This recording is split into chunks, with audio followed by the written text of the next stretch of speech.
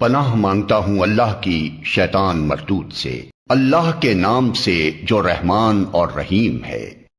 اور کیا ان لوگوں کو جو سابق اہل زمین کے بعد زمین کے وارث ہوتے ہیں اس امر واقعی نے کچھ سبق نہیں دیا کہ اگر ہم چاہیں تو ان کے قصوروں پر انہیں پکڑ سکتے ہیں، مگر وہ سبق آموز حقائق سے تغافل برتتے ہیں اور ہم ان کے دلوں پر مہر لگا دیتے ہیں، پھر وہ کچھ نہیں سنتے۔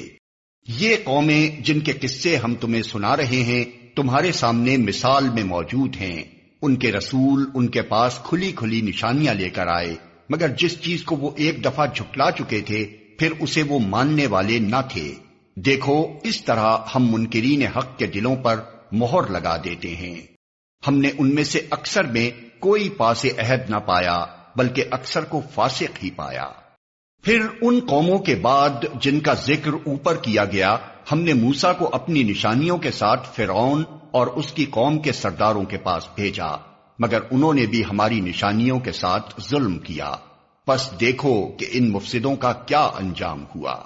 موسیٰ نے کہا، اے فرعون، میں کائنات کے مالک کی طرف سے بھیجا ہوا آیا ہوں، میرا منصب یہی ہے کہ اللہ کا نام لے کر کوئی بات حق کے سوا نہ کہوں۔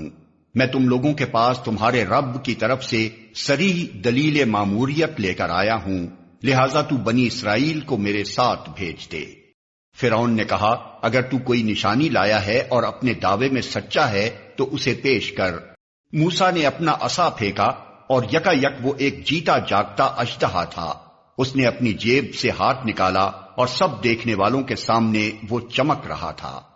اس پر فرعون کی قوم کے سرداروں نے آپس میں کہا، یقیناً یہ شخص بڑا ماہر جادوگر ہے، تمہیں تمہاری زمین سے بے دخل کرنا چاہتا ہے، اب کہو کیا کہتے ہو؟ پھر ان سب نے فرعون کو مشورہ دیا کہ اسے اور اس کے بھائی کو انتظار میں رکھیے اور تمام شہروں میں ہڑکارے بھیج دیجئے کہ ہر ماہر فن جادوگر کو آپ کے پاس لے آئیں۔ چنانچہ جادوگر فرعون کے پاس آ گئے۔ انہوں نے کہا، اگر ہم غالب رہے تو ہمیں اس کا صلہ تو ضرور ملے گا۔ فرعون نے جواب دیا، ہاں، اور تم مقرب بارگاہ ہوگے۔ پھر انہوں نے موسیٰ سے کہا، تم پھینکتے ہو یا ہم پھینکیں؟ موسیٰ نے جواب دیا، تم ہی پھینکو۔ انہوں نے جو اپنے آنچر پھینکے تو نگاہوں کو مسحور اور دلوں کو خوف زدہ کر دیا اور بڑا ہی زبردست جادو بنا لائے۔ ہم نے موسیٰ کو اشارہ کیا کہ پھینک اپنا عصا۔ اس کا پھینکنا تھا کہ آن کی آن میں وہ ان کے اس جھوٹے طلسم کو نگلتا چلا گیا۔ اس طرح جو حق تھا وہ حق ثابت ہوا اور جو کچھ انہوں نے بنا رکھا تھا وہ باطل ہو کر رہ گیا۔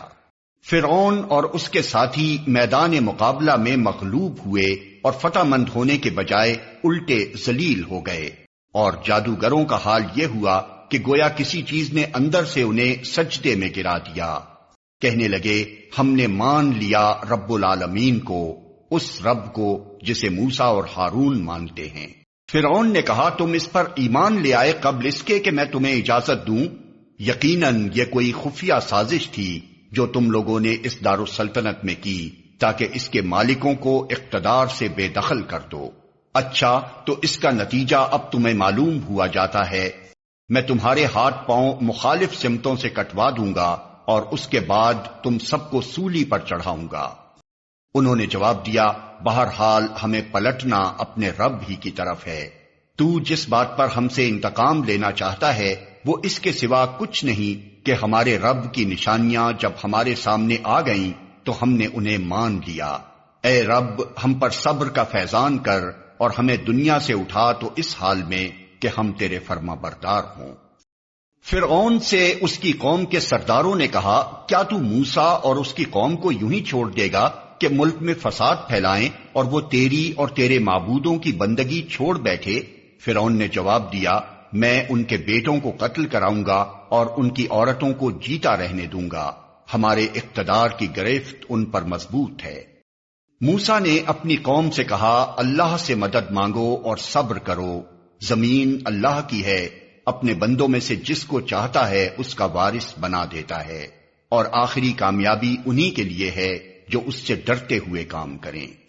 اس کی قوم کے لوگوں نے کہا، تیرے آنے سے پہلے بھی ہم ستائے جاتے تھے اور اب تیرے آنے پر بھی ستائے جا رہے ہیں۔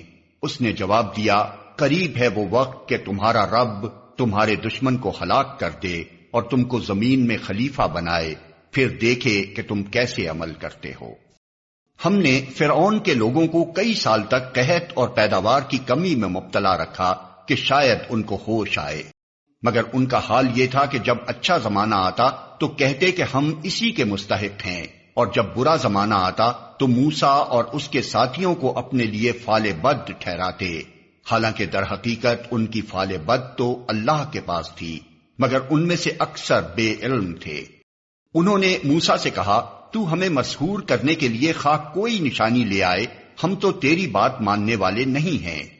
آخر کار ہم نے ان پر طوفان بھیجا، ٹڈی دل چھوڑے، سرسریاں پھیلائیں، مینڈک نکالے اور خون برسایا۔